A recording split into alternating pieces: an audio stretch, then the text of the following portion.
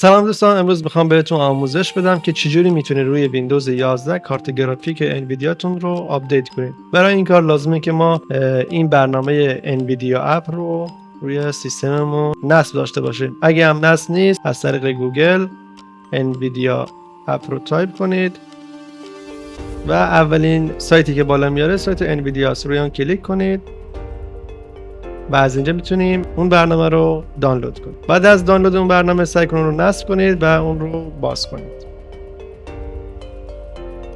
بعد از باز کردن برنامه به قسمت درایورها برید. از این قسمت گیم رو درایور رو انتخاب کنید.